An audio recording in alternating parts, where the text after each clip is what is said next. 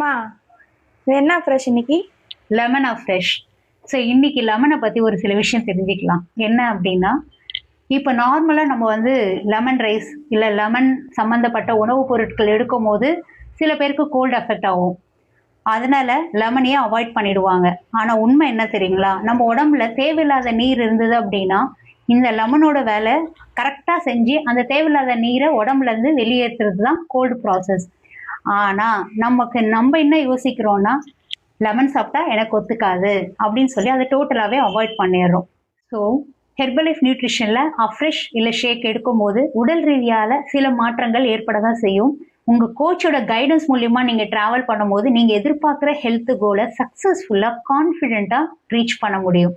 இந்த மாதிரி இன்ஃபர்மேஷனுக்கு என்னை ஃபாலோ பண்ணிக்கோங்க, சப்ஸ்கிரைப் பண்ணிக்கோங்க. யாருக்காவது ஹெல்த் கோல் ரீச் பண்ணுறதுல சேலஞ்ச் இருக்குது அப்படின்னா என்னோட நம்பருக்கு காண்டாக்ட் பண்ணுங்கள். நான் உங்களுக்கு கைட் பண்ண ரெடியாக இருக்கேன். Have a nice day.